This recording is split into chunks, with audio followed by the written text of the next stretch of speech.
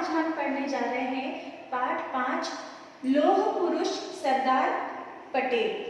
तो जो सरदार वल्लभ भाई पटेल है उन्हें लौह पुरुष कहा जाता है, ठीक है।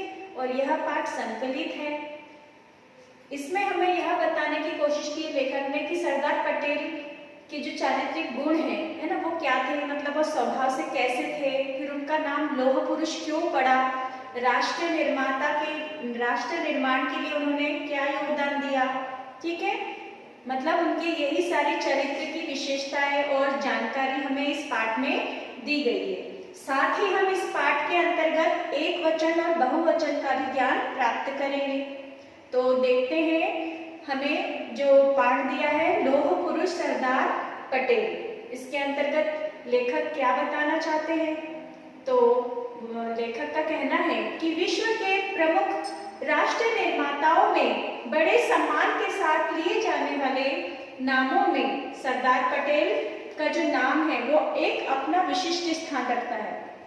और सरदार वल्लभ भाई पटेल का जो व्यक्तित्व है वो असाधारण प्रतिभा का धनी, विशिष्ट बुद्धिमत्ता, अप्रतिम प्रशासनिक क्षमता तथा प्रतिकूल परिस्थितियों में भी सफलता के लक्ष्य को प्राप्त करने की उनमें एक अद्भुत क्षमता थी, है ना। प्रतिकूल परिस्थितियां मतलब होता है जो अपने अनुसार ना हो, विपरीत परिस्थिति, तो विपरीत परिस्थिति से भी लड़कर, है ना, वे सफलता प्राप्त कर लिया करते थे। ऐसी योग्यता थी उनके अंदर।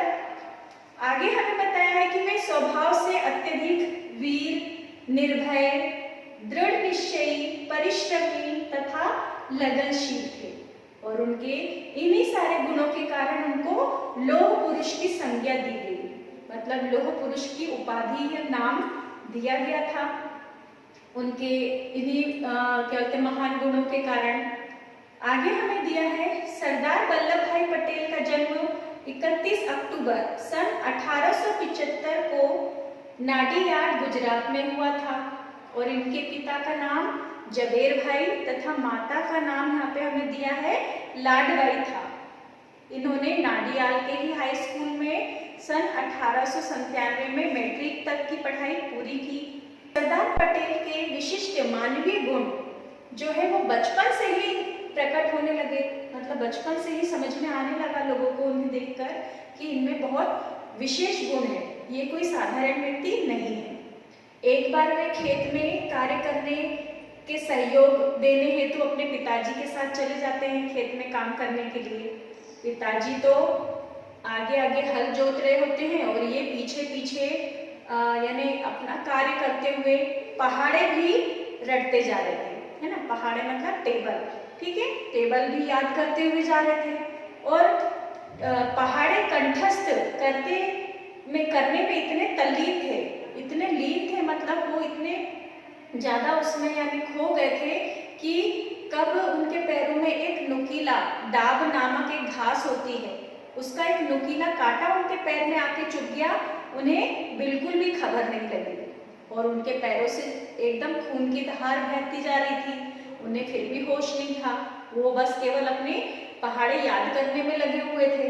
अचानक जब उनके पिताजी ने उनके पैरों की तरफ देखा, है ना, तो देखा कि खून क्यों बह रहा है।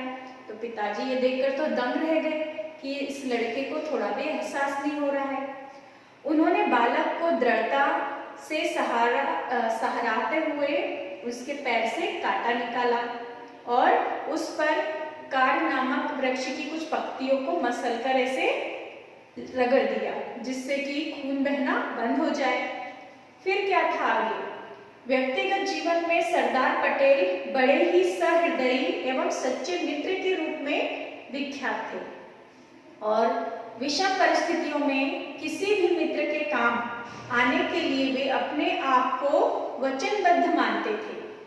जीवन में लौह पुरुष की संज्ञा प्राप्त करके भी उनका हृदय नारियल के समान बाहर से कठोर और अंदर से कोमल था, है ना। वैसे तो लोगों ने उनको संज्ञा दी थी लौह पुरुष, मतलब लोहे के समान कठोर, है ना, भाव रखने वाला, लेकिन वैसे वो क्या थे, बाहर से नारियल की तरह सख्त थे और उनकी जो मन था वो बिल्कुल कोमल भाव था उनका, है ना। दूसरों के दुख दर्द को देखकर क्या बोलते क्या बोलते परिस्थितियों को देखकर वो जल्दी ही पिघल जाता था और वो बहुत ही आसानी से लोगों की यानी सहायता करने के लिए चल देते थे।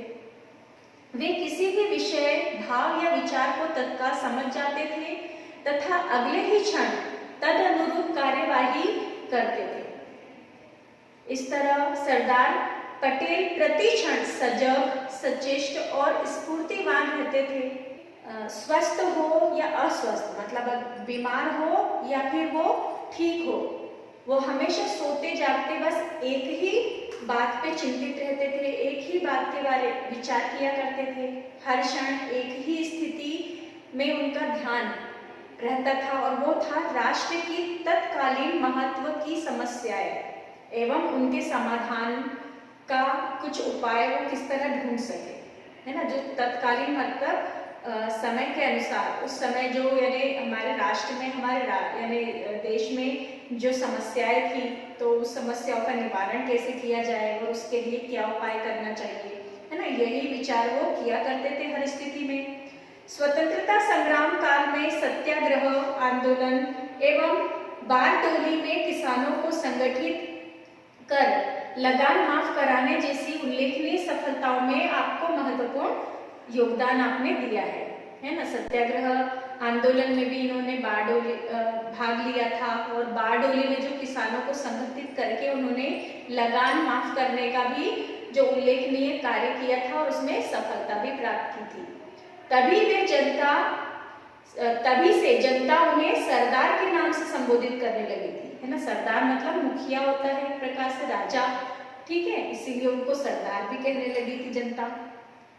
आगे राष्ट्र हित के लिए अर्जित बड़ी बड़ी सफलताओं के कारण सरदार पटेल ने जितनी महानता अहिंसा की, उससे कहीं अधिक अपने मानवीय गुणों के कारण वे महान बने। उनके पास हाजिर जवाबी और विनोद प्रियता का अक्षय और असीम कोश भी था, मतलब वो किसी भी यानी बात का तुरंत जवाब देना जानते थे और साथ ही हंसी मजाक करना भी उनके पास एक यानी बहुत असीम, मतलब जिसकी कोई सीमा नहीं, ऐसा एक कोश था उनके पास शब्दों का। अपने सहायकों और अनुयायियों के द्वारा कभी कोई अपराध हो जाने पर भी वे उन पर कृपा किया करते थे। अगर उनके कोई साथी मित्रों के द्वारा या जो उनके अनुयायी हैं, उन्हें गुरु मानते हैं, उनसे अगर कोई अपराध हो जाता, कोई गलती हो जाती, तो वो उन पर भी कृपा करते थे, मतलब उनकी गलती को क्षमा कर दिया करते थे। वे उनकी देखभाल और चिंता पितृवत करते थे और वे अपने साथियों और अनुयायियों की चिंता किस प्रकार करते थे? पिता के समान। पितृव्रत का मतलब होता है पिता के समान किया करते थे।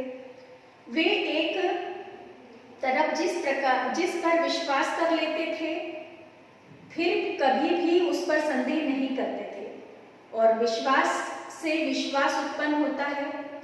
सरदार तथा उनके अनुयायियों के परस्पर मधुर संबंधों का यही रहस्य था। यहाँ हमें बताया गया है कि जब वो किसी एक व्यक्ति पर विश्वास कर लिया करते थे तो कभी भी उस पर संदेह, है ना, शक नहीं करते थे और उनका ये मानना था कि विश्वास से ही विश्वास उत्पन्न होता है।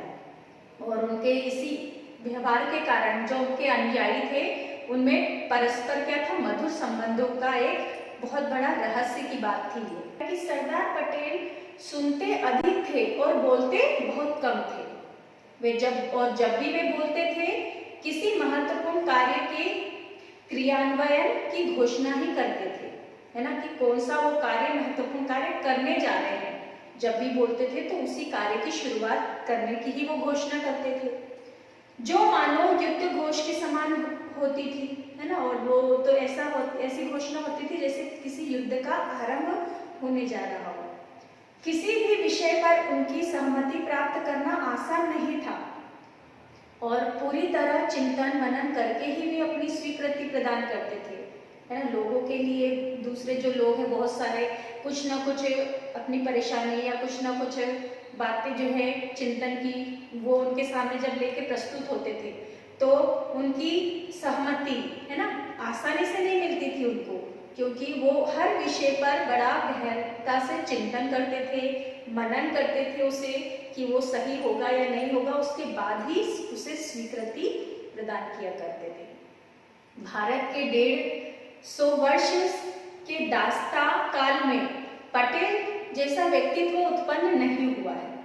यहाँ लेखक का कहना है कि 150 वर्ष की दास्ता मतलब 150 वर्ष की अभी तक की अगर याददाश्त देखे, है ना, अगर इतिहास देखा जाए तो सरदार पटेल जैसा व्यक्तित्व या व्यक्ति अभी तक कोई भी जन्म नहीं लिया है। जो मनुष्य को अंतर्निहित शक्तियों को पहचानने में गलती न करते हुए कार्य करे तथा उसकी विस्तृत रूपरेखा एवं संभावनाओं को भी भाप सके, है ना, जो व्यक्ति किसी व्यक्ति की अंतर्निहित शक्ति को पहचान सके और उसकी गलती न करते हुए कार्य करे तथा उसकी विस्तृत रूपरेखा एवं संभावनाओं को भी भाप सके, तो ऐसा व्यक्ति इतिहास में अभी तक कोई दूसरा नहीं हो सका है। सरदार पटेल का मस्तिष्क संकेतात्मक ज्ञान कोश के समान था। उनका जो मस्तिष्क माना जाता है वो एक संकेत देने वाले ज्ञान के कोश मतलब भंडार के समान था। मतलब वो भविष्य की बातों पे की ओर जैसे संकेत दे दिया करता था कि अगर ऐसा हुआ तो आगे क्या हो सकता है, ठीक है, तो वो उस परिणाम के बारे में पहले ही बता दिया करते थे। ऐसा प्रतीत होता था मानो उनके मस्तिष्क में प्रत्येक बात अपनी सूची के अनुसार लेबल लगी हुई व्यवस्थित रखी रहती है ना। ऐसा लगता था उनकी बातें सुनकर कि उनके मस्तिष्क में सभी बातें क्या है, एक सूची, एक लिस्ट में पहले से ही लिखी हुई रखी हुई है ना, व्यवस्थित रूप से, कि बस सामने वाले ने उनसे कुछ पूछा और बोला और उन्होंने तुरंत ही उस सूची को उनके सामने प्रस्तुत कर दिया कि ऐसा ऐसा होगा, ऐसा करोगे तो ऐसा होगा, है ना। और अवसर आते ही तात्कालिक निर्णयों के साथ शीघ्रता पूर्वक प्रकट होकर अपना कार्य करती थी। और जैसे ही अवसर आता तो वो एक सूची जो है उनके मस्तिष्क से निकलकर सामने आ जाती और उस पर तत्कालिक मतलब समय के अनुसार निर्णय लेते और शीघ्रता पूर्वक उस पर कार्य करना शुरू कर दिया करते थे। किसी भी बिंदु के छूटने की कहीं कोई संभावना ही नहीं होती थी, है ना। उनकी बातें और कार्य प्रणाली को देख के ऐसा लगता था कि कोई भी बिंदु जो है कार्य का, है ना, प्रणाली का कहीं से भी छूटने की कोई संभावना नहीं हुआ करती थी। आगे हमें दिया है, हठी विद्रोहियों को विनयानुशासन में लाना उन्हें भली प्रकार से आता था।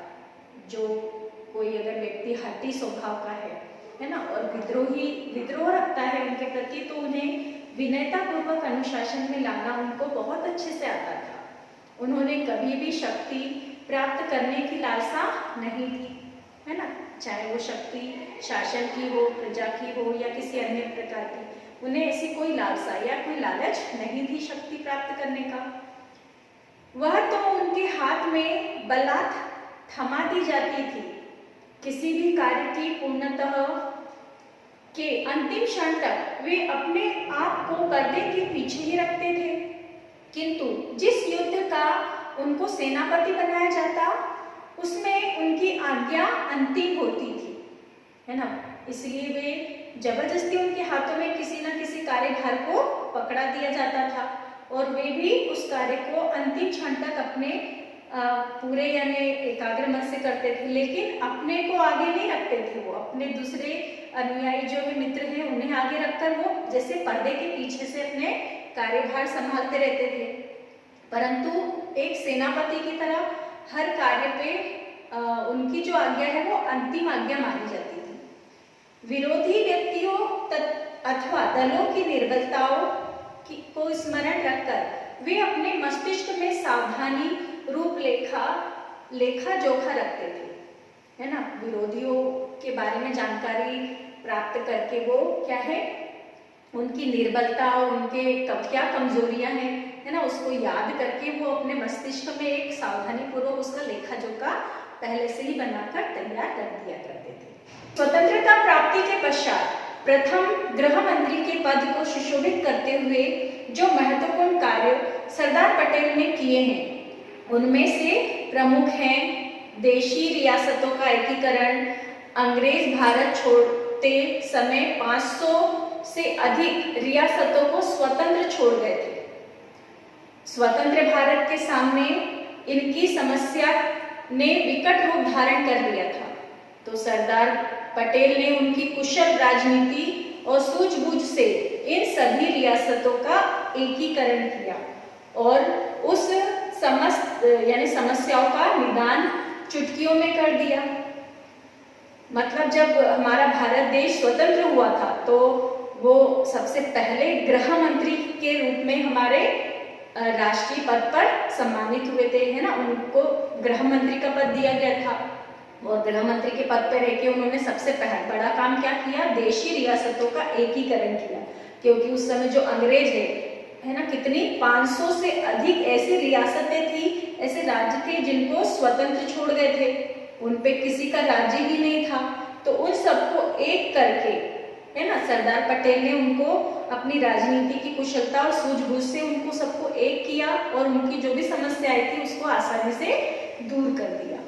तो इस तरह सरदार पटेल एक उदार नेता, विनयशील अनुयायी, कृपालु मित्र एवं श्रेष्ठ राष्ट्र निर्माता के रूप में भी हमें यहाँ दिखाई देते हैं, है ना। उनके और भी ये गुण हमारे सामने आ गए हमें कि वे अपने चरण बड़ी ही दृढ़ता के साथ भूमि पर जमा कर राष्ट्र निर्माण में संपूर्ण शक्ति से योगदान देते थे और जीवन के अंतिम दिनों में वे अस्वस्थता काल में भी चिकित्सकों द्वारा चेतावनी देने पर भी उनकी स्थिति इतनी यानी खतरनाक है, फिर भी वो पूर्ण विश्राम यानी डॉक्टरों ने उनसे कहा था कि उनकी स्थिति जो है वो बहुत ही खतरनाक है, बहुत सीरियस कंडीशन है और वो पूर्ण विश्राम करें, है ना, बिना रुके निरंतर कार्य करते रहे। फिर भी उन्होंने डॉक्टरों की चेतावनी को नहीं माना और वो फिर भी यानी अस्वस्थ रहने के बाद भी बिना रुके निरंतर कार्य करते रहे, क्योंकि उनकी यही महती आकांक्षा थी कि भारत अपनी स्वतंत्रता की रक्षा करने में सबल और सुयोग्य बन जाए। उनकी महती मतलब महत्वपूर्ण आकांक्षा, इच्छा क्या थी, वो चाहते थे कि भारत जो अपनी स्वतंत्रता उसे इतनी मुश्किल से प्राप्त की है तो उसकी रक्षा करने में वो सबल और सुयोग्य बन जाए, है ना, शक्तिशाली और एक सुयोग्य पात्र बन जाए ताकि कोई फिर से उसे गुलाम ना बना सके। उनकी भावना थी कि पूर्व में किया गया श्रम तो स्वराज्य के लिए था, किंतु आज जब हमें स्वराज्य प्राप्त हो गया है उससे भी अधिक श्रम की आवश्यकता सुराज्य के लिए है ना। उनका ये कहना था कि हमें जो स्वतंत्र यानी जो हमने इससे पहले जो परिश्रम किया, मेहनत की, वो तो अपने राज्य को स्वतंत्र बनाने के लिए की, है ना, स्वराज्य प्राप्त करने के लिए की, फिर परंतु अब तो स्वराज्य हमें मिल गया है, अब जो हमें परिश्रम करना है वो सुराज्य प्राप्त करने के लिए करना है। मतलब हमारे राष्ट्र को एक बहुत सुंदर और अच्छा राज्य बनाने के लिए करना है, तभी देश का उत्थान सही अर्थों में हो सकेगा और तभी स्वतंत्रता के लिए किए गए त्याग और बलिदान की सार्थकता भी हो पाएगी। तो इस तरह उन्होंने देशवासियों को यही संदेश दिया है कि पहले जो श्रम हमने किया वो तो स्वतंत्रता स्वराज्य प्राप्त करने के लिए किया और आज जो परिश्रम हमें करना है वो अपने देश में सुराज्य लाने के लिए करना है। मतलब एक अच्छा राज्य, है ना, जो हर प्रकार से उन्नतिशील हो, हर प्रकार से सुख समृद्धि प्राप्त कर सके, ऐसे एक देश की उन्होंने कल्पना की थी और यही सही मायने में यही देश का उत्थान था और स्वतंत्रता के लिए उन्होंने बहुत बड़े त्याग और बलिदान जो दिया वो काफी हद तक सार्थक भी हुआ है। तो इस तरह थे हमारे सरदार वल्लभ भाई पटेल और उन्होंने ये इस प्रकार योगदान दिया है हमारे राष्ट्र निर्माण में। तो इस तरह हमारे ये पाठ का वर्णन जो है ना, समाप्त होता है। अब इसके बाद आती है बारी प्रश्नोत्तरों की, तो वो हम देखते हैं।